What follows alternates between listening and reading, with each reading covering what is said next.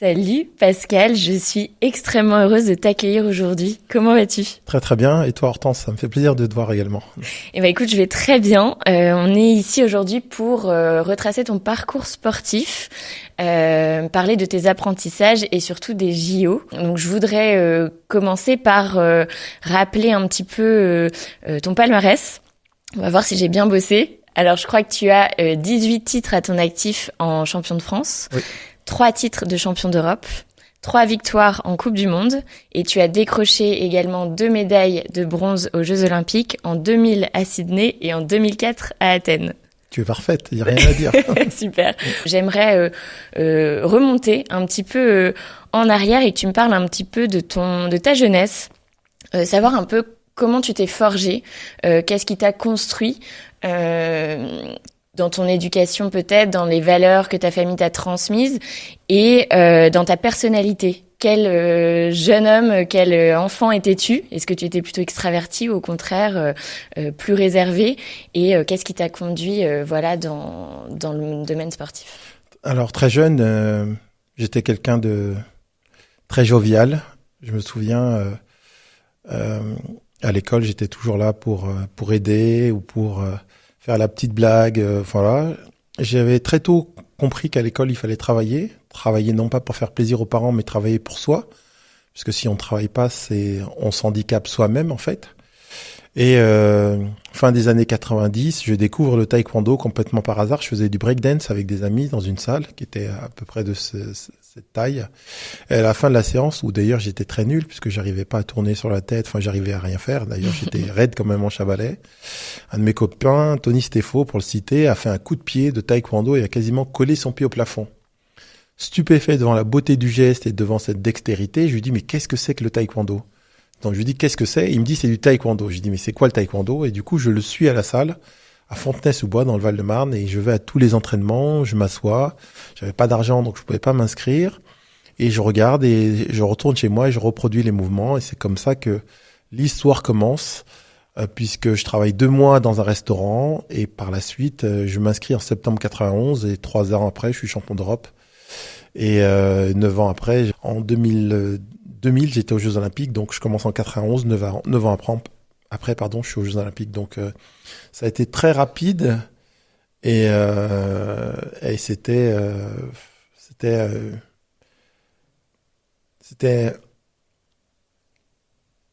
vraiment un moment incroyable parce que moi, mon premier souvenir que j'avais au sport, c'était les Jeux Olympiques de Séoul en 88, la finale du 100 mètres, Carl Lewis contre Ben Johnson. Et là, j'avais qu'une envie, c'était de rentrer dans le poste de télévision, dire attendez. Et moi, ce petit jeune homme qui faisait pas de sport dans un club, m'aligner avec ces athlètes de très haut niveau et voir quelle distance allait me séparer d'eux. Donc j'avais déjà cet état d'esprit de compétition et envie de me confronter aux meilleurs.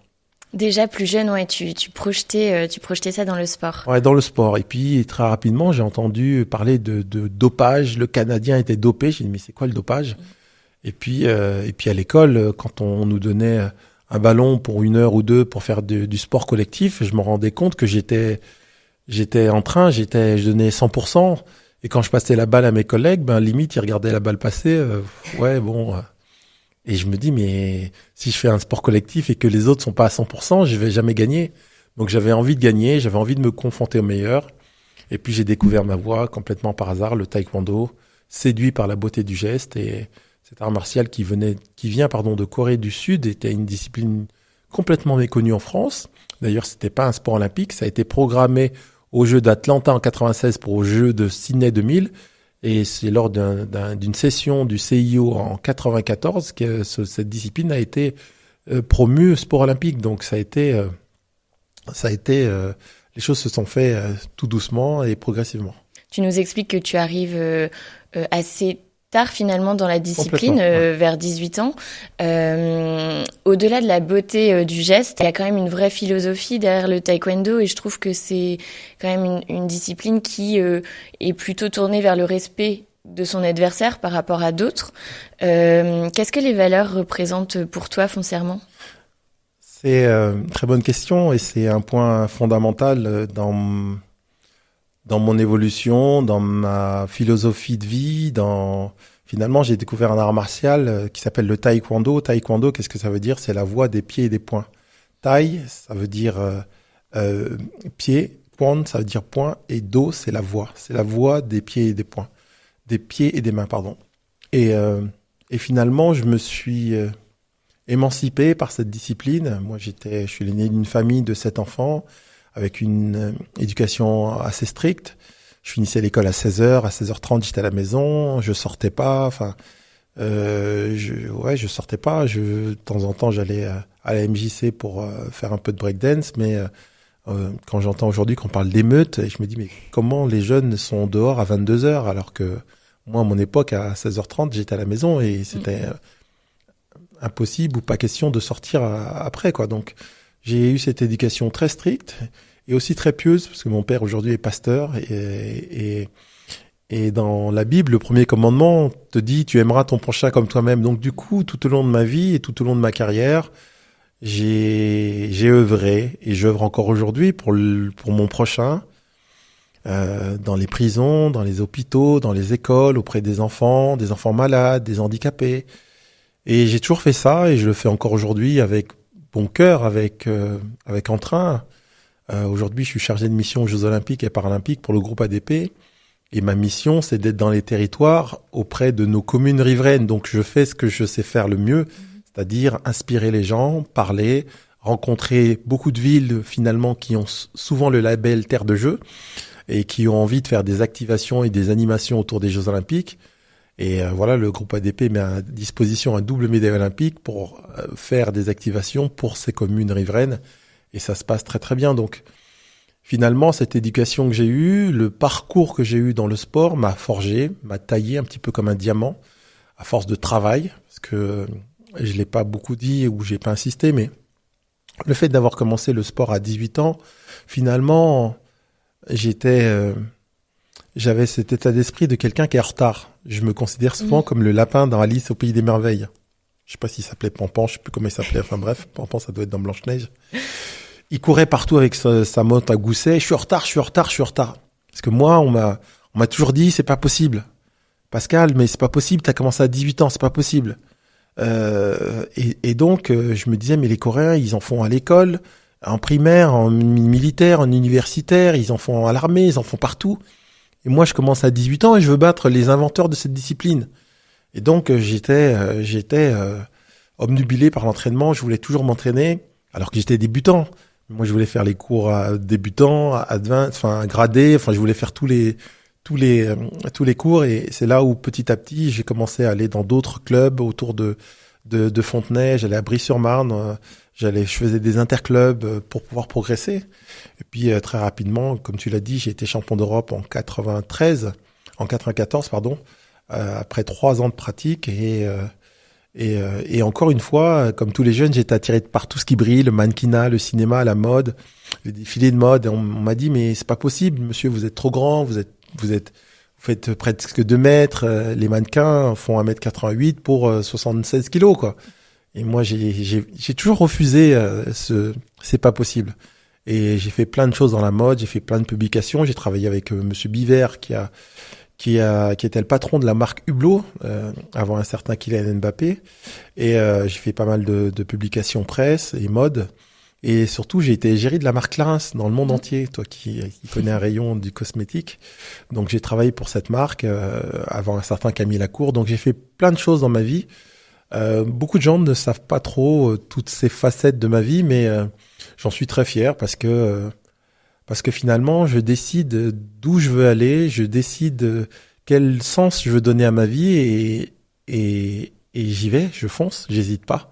Et souvent, beaucoup de gens me disent, mais tu sais, ça va être compliqué, ça va être dur, enfin. Mais quand j'ai la foi, quand j'ai envie de quelque chose, je sais non pas les sacrifices, j'aime pas ce mot, parce que c'est des choix.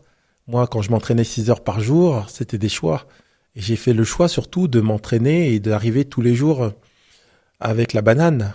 Même si c'était dur, même si c'était... le corps humain, il n'est pas fait pour ça, s'entraîner 6 heures par jour, 5 jours sur 7. Mais j'ai fait ce choix. Jour après jour, j'étais là pour progresser, pour donner le meilleur de moi-même et de ne jamais subir les entraînements. Donc j'ai fait des choix et dans ma vie, j'ai fait des choix de redonner à la société, de m'impliquer dans la société et j'en suis très très fier. C'est très intéressant ce que tu nous partages et merci d'avoir aussi rebalayé tous les aspects sur lesquels on connaît peut-être moins. Parce que ma question, en fait, c'est de comprendre comment on passe d'un sport de loisir, justement, à champion, à 2 médailles olympiques. Est-ce qu'à un moment donné, tu trouves un modèle et un mentor? Est-ce que de toi-même, t'as un déclic? Et qu'est-ce qui te dit, bon bah là, mon objectif, c'est d'être champion et c'est d'être dans cette télé justement que je regardais et c'est d'arriver à ce niveau-là et à me donner cette rigueur et cette discipline peut-être comme forme de liberté pour atteindre tes objectifs? Le premier, déjà, c'est un déclic, une inspiration. L'inspiration, je l'ai eue dans la télé. Les Jeux Olympiques, c'est tellement bien broadcasté, présenté, avec des musiques. Je me souviens de la chanson de Whitney Houston, One Moment in Time, opening ceremony, sans doute de Los Angeles, si je dis pas de bêtises. Et c'est des moments qui sont forts. Et quand on est jeune et qu'on regarde ça, enfin, on est ébloui. Donc moi, déjà, le sport m'avait touché par les Jeux Olympiques. Et puis, moi, j'ai fait des études d'hôtellerie. Je suis pas d'une famille aisée. Je viens d'un milieu modeste. Comme je disais, je suis l'aîné d'une famille de 7 enfants. À l'école, j'étais délégué des délégués quand j'étais jeune, à 6 ans. Mais mes parents me mettaient la clé autour du cou. Je fermais les clés. J'ai aidé mes frères et sœurs à traverser. On allait à l'école, tout seul. Bon, c'est vrai qu'en 2024, ça n'existe pas, mais je me souviens, j'ai les tâches ménagères avec mes parents. Enfin voilà, j'ai toujours été très très impliqué, très jeune. Et donc finalement, le sport m'a permis je l'ai dit, de m'émanciper, mais j'ai découvert moi le sport de très haut niveau et surtout j'avais cette volonté de m'en sortir, cette volonté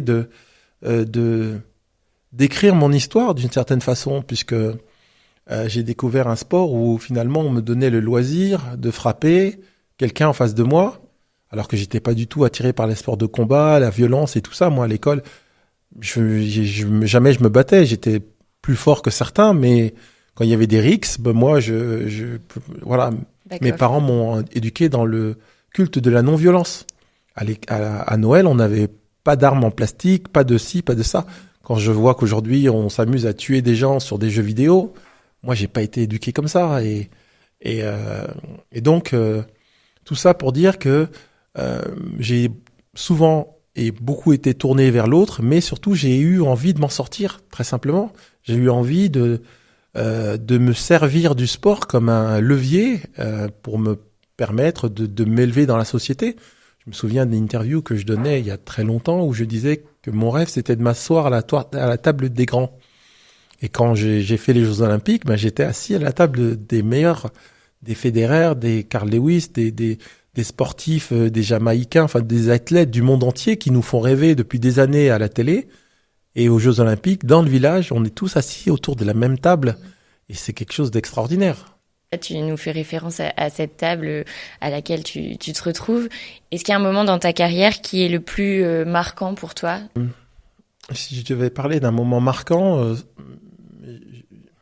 j'évoque assez souvent une victoire en Coupe du Monde, ma 2e ou 3e Coupe du Monde que je gagne au Vietnam, en finale face à un Vietnamien, et avec un arbitrage pro-Vietnam en fait, qui... c'est souvent le cas quand il y a des compétitions de ce niveau. On essaie souvent de contribuer au développement de la pratique sportive en essayant de faire monter un champion local. Il s'avère que c'était dans ma catégorie et donc je devais lutter contre l'adversaire, mais je devais lutter également contre les arbitres. Et ça, j'ai pas réussi à le faire aux Jeux Olympiques. Et souvent, quand on me demande quel est mon plus beau souvenir, je parle de cette Coupe du Monde parce qu'à ce moment-là, j'avais réussi à le faire, où j'avais tout un peuple contre moi, avec une ferveur, tout un stadium, tous les gens qui encouragent le Vietnamien. Et moi, dans les ultimes secondes, j'ai réussi à faire une technique, un espèce de coup de pied retourné, où je lui frappe le casque en reculant, et son casque tombe par terre, et où là, on est obligé de marquer le point, puisque j'ai le casque qui s'envole. Donc, voilà, donc ce moment-là, c'était un moment assez exceptionnel. Et quand même les Jeux Olympiques, avec tout ce que ça symbolise, les Jeux Olympiques, c'est la fête du sport. Moi, on m'a éduqué dans les valeurs. Le respect du tatami, le respect du maître, le respect de la tenue. Les gens au travail, quand ils me voient en costume cravate, tout le temps, ils disent je dis mais moi c'est juste parce que c'est pour le respect que je vous donne que je m'habille comme ça. Et finalement, aux Jeux Olympiques, en demi-finale, je tombe face à un Sud-Coréen et là, j'ai un arbitrage qui est défavorable. Et là, les gens me disent mais ils étaient racistes, c'est pour ça. Je dis non, c'est pas du tout ça. C'est que les Coréens, c'est eux les inventeurs de la discipline. Le docteur Kim, qui était le patron du CIO, qui est aujourd'hui, non pas Samaranch, mais Thomas Bach. Thomas Bach est aujourd'hui l'actuel président du CIO, du Comité international olympique. Et à l'époque, c'était un Coréen. Et évidemment, les Coréens avaient fait beaucoup de lobbying pour que le taekwondo soit discipline olympique. Et le dernier jour de la compétition, pour faire plaisir à ce monsieur, qui était un vieux monsieur, ils se sont, enfin, je sais, comment dire les choses très simplement. Enfin, moi, j'ai vu tous les arbitres alignés et se faire réprimander le matin de mon jour de compétition, donc le dernier jour de la compétition, et ils étaient en train de leur dire mais qu'est-ce que vous faites, c'est quoi, comment vous arbitrez, c'est n'importe quoi. Enfin, ils se sont fait remonter les bretelles et il était écrit que je ne pouvais pas gagner. Mais moi, qui sort de mon œuf et qui croit que les valeurs du sport, moi j'y crois, et puis je crois, donc j'y crois. Donc je donne tout, et là, j'ai beau frapper, les points ne s'affichent pas, je me dis mais qu'est-ce qui se passe? Je suis en train d'être victime d'un hold-up en direct. Et je vais poursuivre, Hortense. Qu'est-ce qui se passe après? Je sors du combat. Les journalistes que j'avais séduits tout au long de ces années, depuis 94, 95, 80, enfin bref, jusqu'en 2000, qui me connaissent. Pascal Gentil, on vous connaît, vous êtes un guerrier, vous allez vous battre pour aller chercher cette médaille de bronze. Et moi, je ne peux être que Pascal Gentil, c'est-à-dire dire avec honnêteté ce que je ressens. Je dis, mais moi, je m'en fous de la médaille de bronze, je suis pas venu pour ça. Et là, j'ai choqué la France entière. Mais qui c'est ce Français qui dit qu'il s'en fout du bronze? Les Français, ils disent pas ça. Les enfants, ils disent on va faire de notre mieux, on va essayer. Et moi, je disais, mais moi, je suis pas là pour ça. J'étais là pour gagner. Et donc, j'ai choqué beaucoup de gens. Et finalement, c'était ma première compétition où il y avait un système de repêchage. Parce que ça n'existait pas, c'était tout nouveau aux Jeux Olympiques. Et il y avait qu'une médaille de bronze. C'est-à-dire que on devait les deux finalistes, en arrivant en finale, ils resélectionnaient tous ceux qu'ils avaient battus. Et finalement, on devait tous se rencontrer pour déterminer qui serait l'unique troisième. Et donc, j'ai combattu et j'ai ramené cette médaille. Mais encore aujourd'hui, 24 ans après, je suis pas fier de cette médaille. Je la montre à des enfants dans les écoles. Elle a un goût amer. Tu ne m'entendras jamais dire que je suis 2 fois médaillé de bronze. Ouais. Je dis toujours, je suis double médaille olympique. Okay. C'est paradoxal, hein, mais comprends. Voilà. Et beaucoup de gens n'en ont pas eu, beaucoup d'athlètes, beaucoup de disciplines n'ont pas eu de médaille. Moi, j'ai ramené une médaille, même 2. 4 ans après, j'ai récidivé. Mais je ne suis pas fier de ces médailles. C'est incroyable. C'est à ce constat, quand tu es spectateur de ça, que tu dois garder ce sang-froid pour gérer le combat. Comment on rebondit rapidement et comment on se laisse pas submerger, en fait? Je vais te répondre. J'étais et je suis encore le plus bel ambassadeur de ma discipline, le taekwondo. Aujourd'hui, quand on parle de taekwondo, mon nom est associé à cette discipline. Je ramenais régulièrement des médailles, je ramenais des sponsors, je ramenais des politiques, je ramenais des médias. J'étais, je vais pas dire la poule aux œufs d'or, mais je faisais beaucoup pour cette discipline. Et en tant qu'ambassadeur de ce sport, quand on vous tend le micro juste après le combat et que vous venez de vous faire voler comme ça a été le cas, oui. Vous avez 2 choix. Soit vous crachez dans la soupe et vous dites « c'est tous des voleurs !» Ou finalement, peut-être une petite partie des gens comprendront, mais une infime partie, puisque c'est un nouveau sport, ça va très vite, on comprend pas. Et puis, beaucoup de gens diront, bon, c'est un mauvais perdant. Et la deuxième option, c'est de continuer à faire la promotion de son sport et à être digne et à dire je reviendrai 4 ans plus tard. J'ai pas montré, c'était pas moi là. Vous avez vu qu'une petite partie de ce que je suis capable. Je peux aller encore au-delà. Voilà. Le point important, et c'est là, excuse-moi de te couper, mais non, je voulais vraiment insister. Quand je suis sorti de ce combat et qu'on m'a tendu le micro, j'ai dit je m'en fous de la médaille de bronze. Moi, je suis pas venu pour ça. Les journalistes qui me connaissaient m'ont jamais entendu parler comme ça. Je ne parle pas comme ça. Je suis quelqu'un toujours très positif et tout. Et juste après, qu'est-ce que je dis ? Je dis, mon père va bien, ma mère va bien, ils sont en bonne santé. Tout ceci n'est que du sport. J'arrive à relativiser dans ce moment intense, en émotion, et j'arrive à relativiser juste à ce moment-là et à redescendre de façon terre à terre et dire mais tout ça n'est que du sport. Quelle force mentale. Et franchement, c'est un moment hyper fort dans ma carrière et je pense que il faut être forcément bien entouré pour avoir cette force mentale. Je pense à mon ami, à son âme, Alexis Vastine, qui nous a quittés, à ce boxeur qui a été volé plusieurs fois aux Jeux Olympiques. On se souvient de ses larmes. Et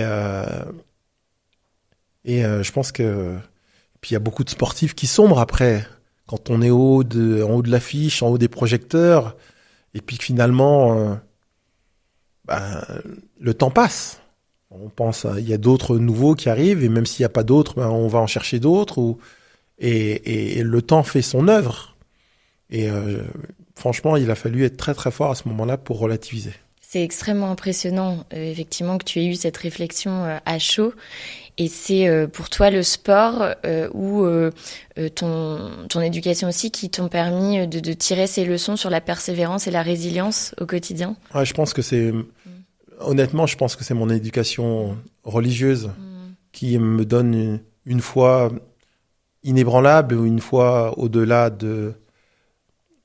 Le premier commandement, j'aime beaucoup à le dire, c'est tu aimeras ton prochain comme toi-même, et c'est pour ça que j'œuvre autant et je le fais avec beaucoup d'amour. Et il y a une phrase que j'aime bien aussi, c'est que rien n'arrive sans que Dieu ne l'ait ordonné.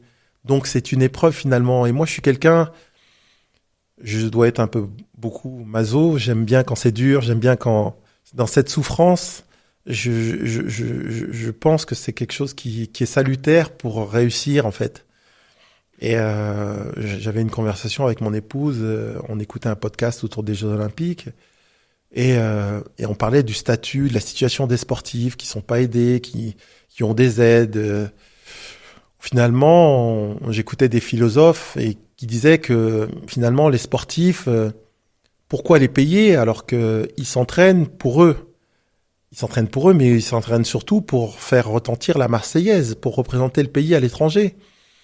Et donc finalement, moi je suis un peu mélangé, mitigé dans l'engagement qu'on doit avoir et la reconnaissance qui doit en découler. Et non pas le financement qu'on doit donner à tout prix. Évidemment qu'il faut un accompagnement, comme je l'ai été, accompagné par une fédération qui vous met à disposition des lieux, des salles, qui vous nourrit, qui vous blanchit.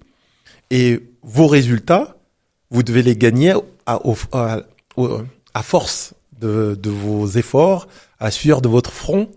Et c'est ce que j'avais finalement. Moi, j'avais un sponsor, pour pas le citer, Nike, qui me payait que quand je gagnais. Donc, j'avais des primes à la performance que si je gagnais. C'est-à-dire que chaque année, je me regardais dans le miroir, je me disais, on est en 2000 ou en 2001 ou en 2002, cette année, tu n'as rien gagné. Si tu veux gagner, il faut que tu gagnes des titres majeurs, il faut que tu gagnes les championnats de France. Et c'est ce qui m'a permis tout le temps de me remettre à zéro et surtout de me regarder dans le miroir et me dire je n'ai rien fait cette année. Et c'est ce qui m'a vraiment permis de rester compétitif et de rester motivé et déterminé tout au long de ces années. Je pense que ça nous rend plus forts. Je pense que ça nous rend plus forts, plus résilients. Quand on est un sportif, une boxeuse, j'ai rencontré une il y a pas longtemps, qui expliquait son parcours, comment elle était serveuse, comment elle avait dû batailler. Et finalement, toutes ces épreuves, évidemment, elles ne sont pas propices pour la performance, mais mentalement, ça te donne quelque chose de plus. Moi, je dis souvent, J'ai été à Cuba, je me suis entraîné avec des Cubains. Et quand je voyais comment le monde s'est arrêté, ils sont en 1950, en 1960, ils ont des haltères qui sont complètement rouillées ou complètement détruites par le temps. Et je me dis, mais comment ils arrivent à fabriquer des champions en judo, en taekwondo, dans plein de disciplines. Je me dis, mais c'est le mental, ils ont rien. Franchement, ils ont rien. Quand j'y suis allé plusieurs fois à la Havane et ailleurs, ils n'ont rien. Et quand je vois que nos sportifs de haut niveau, ils sont dans un confort, avec des tatamis, avec des caméras, avec des vidéos, avec des trucs, avec des jacuzzis, des machins, des trucs, je me dis, mais limite, je trouve que c'est dommage. Oui. Parce qu'on les met dans un confort. Moi, j'ai vécu longtemps à Aix-en-Provence et je voyais des joueurs de l'OM très jeunes, monsieur un tel, et voilà, c'est pour vous. Voilà, vous n'avez même pas encore montré de quoi vous êtes capable, vous avez juste montré un soupçon de ce que vous pourriez être dans le futur et qu'on vous déroule déjà le tapis rouge. Et finalement, moi, je suis très content de la carrière que j'ai eue parce que les choses se sont faites progressivement, et à la résilience, à la persévérance, et comme j'aime à le dire, à la sueur de mon front. Et c'est le processus qui t'a forgé. Et d'ailleurs, dis-nous pourquoi on te surnomme l'Albatros. Est-ce que c'est ce fameux coup de pied auquel tu faisais référence un peu plus tôt? Ouais, bon, j'ai eu tout un tas de surnoms, l'Albatros, le Poulpe, l'araignée. Ah oui, je connaissais pas ça. Ouais, bon, c'est mon amplitude de jambes, la souplesse que j'ai développée tout au long de ces années, et puis surtout les techniques. J'avais une technique un peu signature qui était un double coup de pied, un pitolio, où je sautais, je faisais un coup de pied au corps et à la tête en même temps. Et cette technique, j'avais tellement travaillé, retravaillé, que ce soit en avançant ou en reculant. Et j'ai fait d'ailleurs plusieurs KO aux Jeux Olympiques avec cette technique. Et donc, c'était un peu ma signature. Et voilà, on m'appelait l'Albatros. Ouais. Est-ce que tu peux nous faire vivre, on l'a évoqué à plusieurs reprises, les Jeux Olympiques, donc pour lesquels tu as représenté la France à 2 reprises. Qu'est-ce que ça représente en tant qu'athlète? Est-ce que tu peux aller plus loin dans ton ressenti, l'énergie, le fait de se retrouver aux côtés de d'autres disciplines, tes homologues? Est-ce qu'il y a un effet de solidarité? Est-ce que c'est très compétition? Enfin, comment on se sent? Est-ce qu'on a l'impression d'être investi d'une mission? Comment on vit ça? Tellement d'émotions quand j'écoute ta question. Et on représente son pays. Moi, ma plus grande fierté, c'est le jour où j'ai l'huissier qui m'a appelé à l'Élysée, au palais de l'Élysée, Monsieur Pascal Gentil, et que je suis venu et que le président de la République m'a décoré. Au nom des pouvoirs, je vous élève au grade de chevalier de l'Ordre national du mérite. Le pays, enfin, reconnaissait tous les efforts que j'avais faits. Et c'était le plus beau jour de ma vie. Parce que quand j'étais sur le podium, vous verrez, je fais la tête sur le podium. Je suis pas content. Quand je vais dans les écoles et que je remonte des vidéos, il y a une belle vidéo par Nelson de Montfort sur YouTube, on voit bien que je fais la tête sur le podium. Le ressenti, bon déjà c'est beaucoup d'émotions parce que quand tu es champion du monde ou vainqueur de la Coupe du Monde dans ton sport, c'est très intimiste. Tu es champion dans ton sport. Quand c'est les Jeux Olympiques, ce sont toutes les disciplines qui sont réunies. Comme je le disais tout à l'heure, quand tu as été biberonné par les Jeux Olympiques et que ton rêve c'était d'y participer, quand tu y es et que tu es assis à la table de Maurice Green, des sœurs Williams, la cérémonie d'ouverture, quand tu vois les basketteurs de l'NBA, enfin, t'en prends plein les yeux. C'est Disneyland, les Jeux Olympiques. C'est vraiment Disneyland quand on aime le sport. Et puis tu vois des athlètes du monde entier, des femmes magnifiques. Évidemment, tout ce qui se passe au village reste au village. Mais d'ailleurs, j'ai rencontré ma femme aux Jeux Olympiques en 2008. Ouais. Elle n'était pas athlète, elle travaillait à l'organisation des Jeux. Et elle avait vécu à Aix-en-Provence, à côté de chez moi. Ah, c'est fou. Elle a appris le mandarin à côté de chez moi et j'ai rencontré en Chine en 2008. Tu vois, comme quoi. Ouais. Et elle était directrice des services linguistiques des Jeux. Et donc, c'est beaucoup d'émotions, c'est beaucoup de moments très, très forts. D'ailleurs, les fédérations qui sont intelligentes préservent les sportifs et fait en sorte qu'ils ne soient pas 15 jours enfermés dans ce village et qu'ils puissent y passer qu'une petite semaine ou quelques jours pour justement éviter qu'ils soient distraits par tout ça, en fait. Je me souviens, moi je combattais en deuxième semaine et dernier jour de la deuxième semaine. Et je me souviens, quand je partais le matin à 7 heures pour m'entraîner, je voyais les nageurs qui rentraient de boîte à 7 heures. Hey Pascal, on compte sur toi. Eux, ils rentrent de boîte et moi, je pars m'entraîner. Enfin, c'était lunaire, quoi. Ouais. Alors que, voilà, ils avaient fait leur médaille, ils avaient été chercher le mec de l'aviron, je me souviens. Non, c'est plein de moments très, très forts. Et puis les émotions que procure le sport. Je me souviens de la finale les finales des Jeux Olympiques de Tokyo avec le sport collectif, comme cette ferveur, un petit peu comme la Coupe du Monde de Doha, quand Kylian Mbappé d'un coup a commencé à marquer des buts et nous a fait tous y croire à nouveau, avoir cet espoir.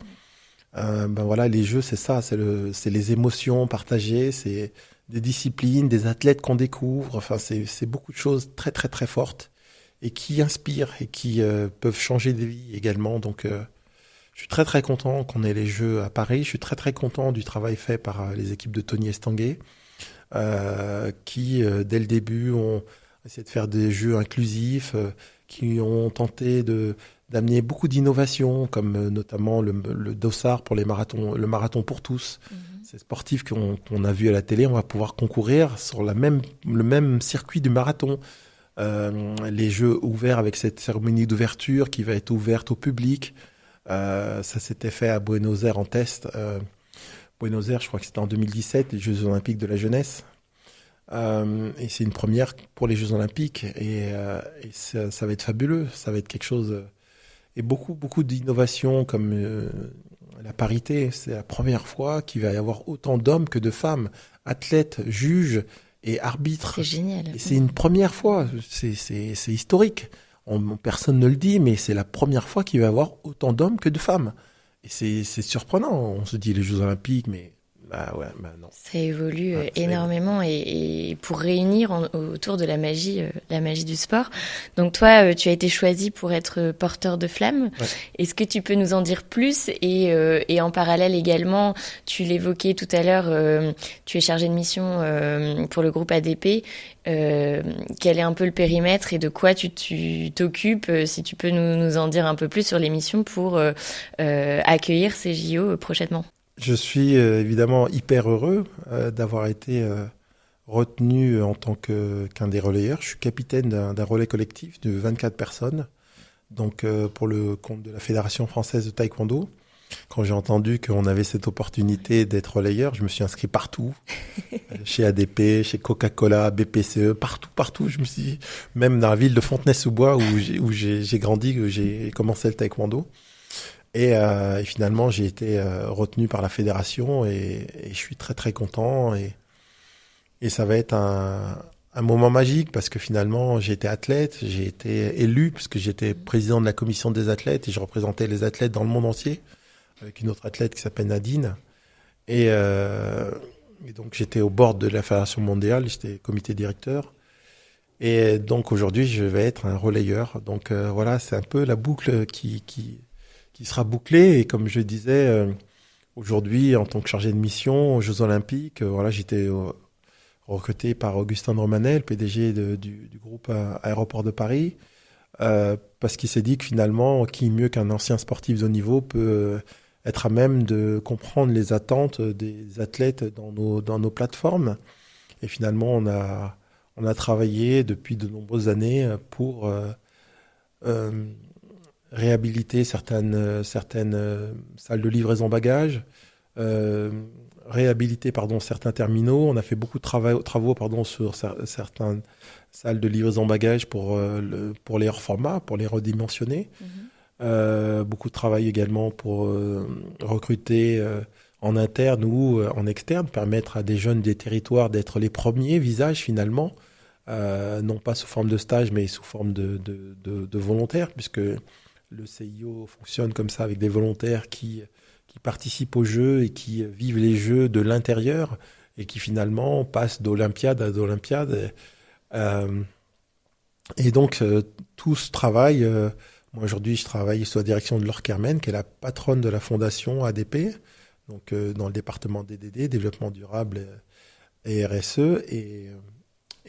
Cette fondation s'appuie sur 3 piliers. Le premier, c'est les affaires publiques, pour travailler, comme je l'ai expliqué tout à l'heure, avec les communes riveraines autour de nos aéroports, et dans les départements 94, 91 pour Orly et 77, 93 et 95 pour Charles de Gaulle.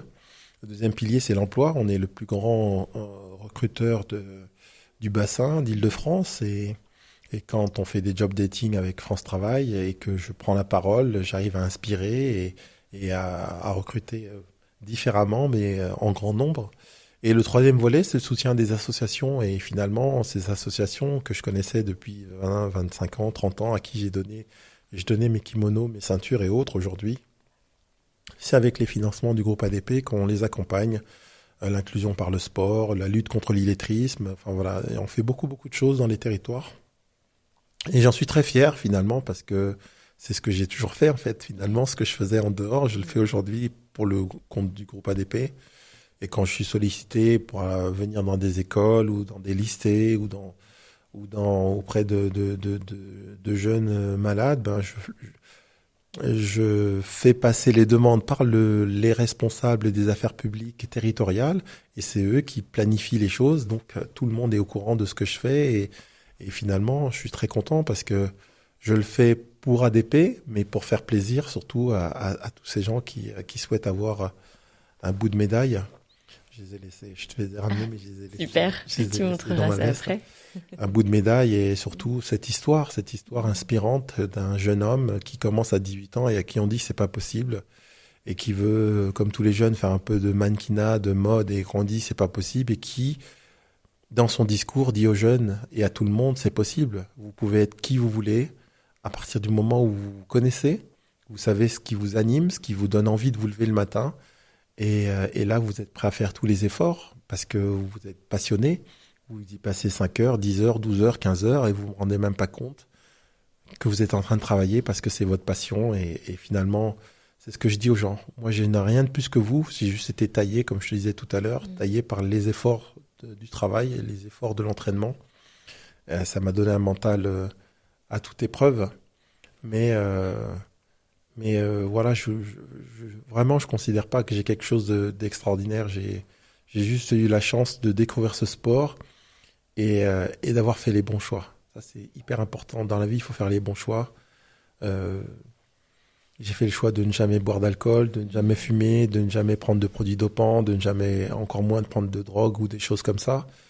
Et à 50 ans, j'ai toujours la même hygiène de vie. Et cette année, j'ai repris les compétitions. J'ai fait des compétitions puisque finalement, je me suis rendu compte que mes enfants ne m'avaient jamais vu combattre. Mon fils est mon fils unique, et mon dernier, puisque j'ai 2 filles et un fils, il est né en Chine. Et en Chine, je faisais pas de compétition. Et depuis qu'on est rentré, tout le monde leur dit ton père c'est un champion. Et puis ils découvrent finalement que plein de gens viennent me solliciter pour des photos, des autographes. Ils sont surpris, ils m'ont jamais vu dans ce cadre. Et limite, ils s'accrochent à mes jambes quand il y a beaucoup de gens qui viennent, ils comprennent pas, c'est mon père. Et là, finalement, je me suis rendu compte qu'ils avaient rien vu Donc, du coup, je me suis remis à l'entraînement, j'ai refait des compétitions, j'ai gagné, j'ai perdu, et je me sers de ça pour leur enseigner que dans la vie, il faut se battre pour atteindre ses objectifs, et tout ça pour dire que finalement, l'hygiène de vie, je l'ai déjà, et j'avais pas besoin d'arrêter ci, d'arrêter ça, j'avais juste besoin de reprendre l'entraînement. C'est ça. Et le mental était déjà là, donc voilà, ça s'est plutôt bien passé. J'ai gagné à Bruxelles, j'ai terminé 4e des championnats de France. C'est sympa les sensations là de retrouver. Ouais, c'est sympa, c'est excitant en fait. C'est excitant quand tu es sur le tatami, et j'ai eu une standing ovation à Montpellier lors des championnats de France. Les gens étaient surpris de me revoir à ce niveau-là, donc puis ils étaient contents de me revoir. C'est une communion avec le public aussi, donc je vis pleinement les choses en fait. Je n'ai aucun interdit en fait. Et aujourd'hui, je suis là. Demain, je pourrais partir dans un autre pays. Enfin, je pourrais décider. C'est ce que je dis aux gens, en fait. Vous pouvez être qui vous voulez à partir du moment où vous êtes prêt à faire tous les efforts et tout le travail, à lire le nombre de livres nécessaires, à faire tous les efforts nécessaires, à travailler le réseau pour aller dans cette direction, votre capacité à rester focus. C'est toutes ces choses-là. Et finalement, moi, tout ça, je sais le faire. Et donc, du coup, je doute pas. Je doute pas, j'ai pas de crainte. C'est ça le message que tu as envie de porter aujourd'hui au travers de ton engagement dans le sport et au travers de ton parcours. C'est ce que je fais au quotidien, en fait. Je dis aux gens, c'est possible. Quand j'étais en Chine, à la fin, les derniers mois, mon épouse, j'ai travaillé au lycée français de Pékin. Oui. Et au lycée français de Pékin, j'étais surveillant. Et là, toute la journée, je parlais aux jeunes. Déjà, ils étaient choqués. Un adulte qui nous parle, les enfants, personne ne leur parle. Ils arrivent, ils sont tous sur leur capuche. Bon, à la limite, ils enlèvent leur casque en arrivant parce que c'est la règle. Et puis, ils sont les mains dans les poches. Et puis, Et là, il y a un adulte qui leur parle. Bonjour, vous allez bien? Et puis, qui leur dit, mais tout est possible. N'écoutez pas quand les gens vous diront, vous n'êtes bon à rien. Ce n'est pas possible. Allez toujours voir de l'autre côté du miroir. Battez-vous. Battez-vous pour vos rêves. Et j'ai pris énormément de plaisir à faire ça. On me demandait pas ça. Un surveillant, on vous demande d'être là et de surveiller que tout se passe bien. Et est-ce que ils peuvent sortir ou pas? Enfin voilà, c'est très très basique. Et finalement, moi j'étais un surveillant plus. Et je trouve qu'il faudrait tellement plus de personnes comme toi parce que ces jeunes, peut-être que ça résonnera, si ça résonne dans la tête de l'un d'entre eux qui derrière ira au bout de ses rêves, en fait c'est gagné. C'est gagné. Ouais. C'est gagné. C'est super que tu me parles de cette expérience parce que le vrai challenge quand on a été sportif de haut niveau comme toi, c'est l'après. Comment tu as géré et appréhendé la suite de ta vie en dehors des tatamis après ta retraite? Que s'est-il passé? Est-ce que tu peux nous parler de cette transition? Alors, ce qui est important déjà, c'est de comprendre le mécanisme. Le sport, c'est un outil pour moi de m'émanciper. Une fois que j'ai eu ces résultats et que j'ai continué à les avoir, en parallèle, je donnais de mon temps. De façon gracieuse. C'est toujours pour les enfants, tu comprends, on n'a pas de budget, tu comprends. Et finalement, qu'est-ce que j'ai fait? Je me suis constitué un réseau. Parce que dans tous ces événements, il y a toujours soit un grand patron ou soit un élu local. Et donc finalement, petit à petit, tu te crées un réseau d'élus locaux ou de grands patrons. Sans le vouloir. Mais tu te le crées et tu l'entretiens. La fin de ma carrière est arrivée en 2008, après les Jeux de Pékin. C'était la crise financière. Et là, j'ai un de mes copains, Romain Ménil, qui courait nu dans les rues de Paris, champion du monde, en athlétisme, parce qu'il n'avait plus de sponsors. À cause de cette crise financière, toutes les entreprises se sont dit, hop, on garde, on attend de voir ce qui se passe, et puis tous les budgets marketing comme communication, sponsoring, tout ça, on se le garde au cas où. Et finalement, nous, sportifs de haut niveau, qui vivons exclusivement de nos sponsors et du soutien de notre fédération, on était, moi personnellement, mon équilibre était déséquilibré. C'est ça. Et donc du coup, je me suis dit, c'est le moment de changer mon fusil d'épaule. J'avais rencontré à ce moment un homme extraordinaire qui est mon mentor encore aujourd'hui, qui s'appelle Georges Morat, le patron de Veolia en Asie, et qui m'avait dit, Monsieur Gentil, le jour où toutes ces caméras et tous ces projecteurs vont s'éteindre, venez me voir et moi je vous donnerai un vrai métier et je vous apprendrai les codes de l'entreprise. Et je l'ai fait. J'ai conservé mon réseau, j'ai gardé mon téléphone, j'ai conservé à entretenir mon réseau et je suis parti en Chine, mais je cherche à la conquête. C'est le terme que je cherchais. Ouais. Je suis parti à la conquête de la Chine et j'ai vécu 6 ans là-bas, travaillé pour le groupe Veolia et c'était mes plus belles années. C'était un moment, la Chine était en pleine croissance et j'ai appris beaucoup de choses. D'ailleurs, j'ai rencontré le président chinois à plusieurs reprises et par la suite, j'ai démissionné et je suis rentré en France. C'est à ce moment-là où Tony Estanguet et toute son équipe allaient lancer le comité de candidature des Jeux Olympiques. D'ailleurs, ils étaient venus en Chine, à Nanjing, en 2014, pour les Youth Olympic Games, les Jeux Olympiques de la jeunesse. D'ailleurs, c'est à ce moment-là que je leur ai présenté mon épouse, qui travaillait aux Jeux de Pékin 2008 et qui, après, a travaillé pour les Jeux de Paris, pour leur candidature, et par la suite, a été rappelée par les Chinois pour les Jeux de 2022, les Jeux d'hiver. Ah. Voilà, donc tout explique mes 6 ans et 4 ans en Chine et l'intermède en France pendant la candidature. Et pendant ce moment-là, je travaillais dans la sécurité, parce que c'est ce que je faisais également pour le groupe Veolia en Chine. Relations publiques à l'extérieur, relations avec les ambassades et chambres de commerce, et en interne, tous les sujets sûreté, sécurité et hygiène au travail. Et donc, en rentrant en France, en 2014, en pleine période des attentats, 2015, je travaille dans la sécurité, je vends des bodyguards et je fais en parallèle toute la candidature de Paris. Quand on remporte cette candidature en 2017, le 12 septembre 2017, je repars en Chine en janvier. Et puisque les Chinois n'arrêtaient pas d'appeler mon épouse pour qu'elle revienne travailler pour eux, pour l'organisation de ces Jeux d'hiver. Et puis quand ces Jeux se sont terminés, j'ai travaillé, on est rentré en France, et c'est là où j'ai intégré 2 mois après ADP, puisque la rentrée des classes arrivant, il fallait absolument on soit installé pour pouvoir s'inscrire sur le long terme.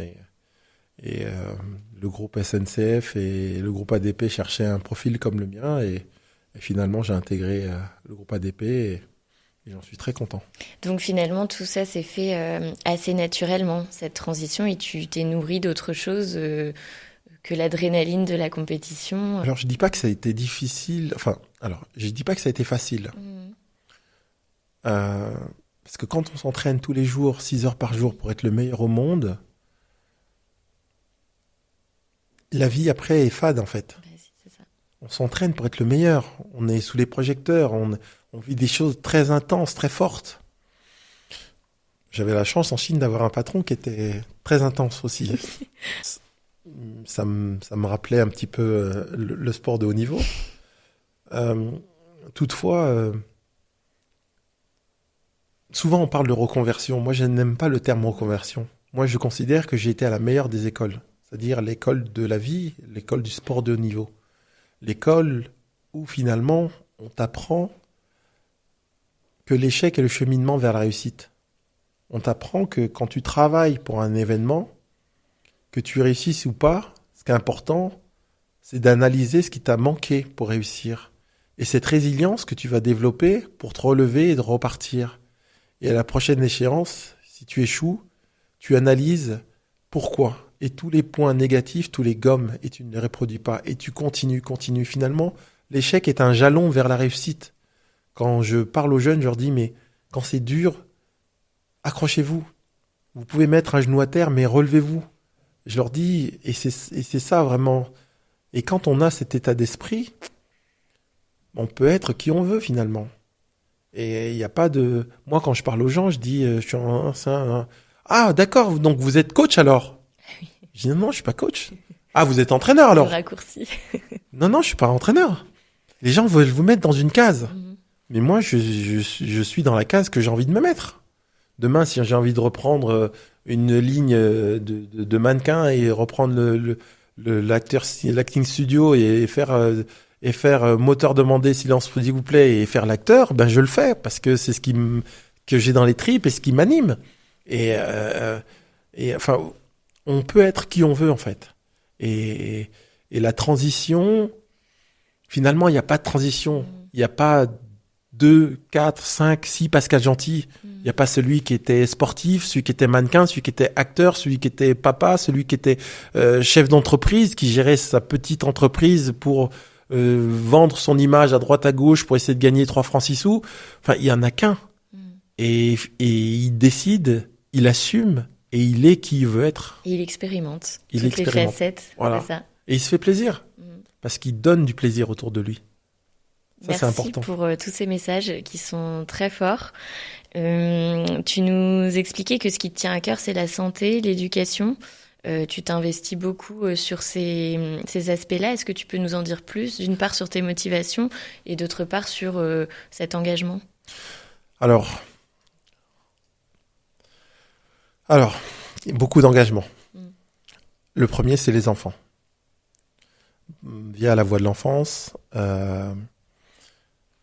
les enfants seuls, les enfants abandonnés, les enfants de la rue. Le deuxième, c'est la femme. Avec Iforchi, et surtout, je travaille beaucoup avec Muriel Ereus, pour faire en sorte que la voix de la femme compte, pour faire en sorte qu'il n'y ait pas ce décalage dans les salaires, pour faire en sorte que les violences faites aux femmes cessent, et que finalement, j'écoutais Juliette Binoche, il y a 2 jours, dire « mais où sont les hommes en gros ? Où sont les hommes ? Quand les hommes vont se dresser et dire... » Bon, elle parlait d'une industrie particulière, mais les hommes sont partout. Enfin, voilà. Moi, je ne suis pas un réal, ni un producteur, ni... Je suis personne, moi. C'est ça que j'aime bien. Moi, je suis personne. Je suis le fils de mon père et de ma mère. Les gens qui me connaissent pas, ils me disaient « mais vous êtes qui ?» Je dis « moi, je suis le fils de mon père et de ma mère. » Et finalement, on peut s'insurger, on peut se dresser, on peut se battre contre des injustices. Donc, les enfants, les femmes. Après... j'ai plein de sujets divers. Tu as parlé du bien-être. Évidemment, c'est la cause nationale aujourd'hui. Moi, j'encourage beaucoup les gens à bouger, à sortir de chez eux. Quand aujourd'hui, à 50 ans, je reprends la compétition et que je montre que c'est possible de gagner, j'inspire beaucoup de gens qui se rendent compte que j'ai 50 ans, je combats avec des jeunes de 18, 20 ans. Enfin, je veux surtout pas combattre avec les vétérans. Et voilà, c'est tous ces messages. Et en fait, je le fais de façon désintéressée. Et je le fais... j'ai toujours fait ça, en fait. Est-ce que tu as un mantra qui guide ta vie ? Aide-toi et le ciel t'aidera.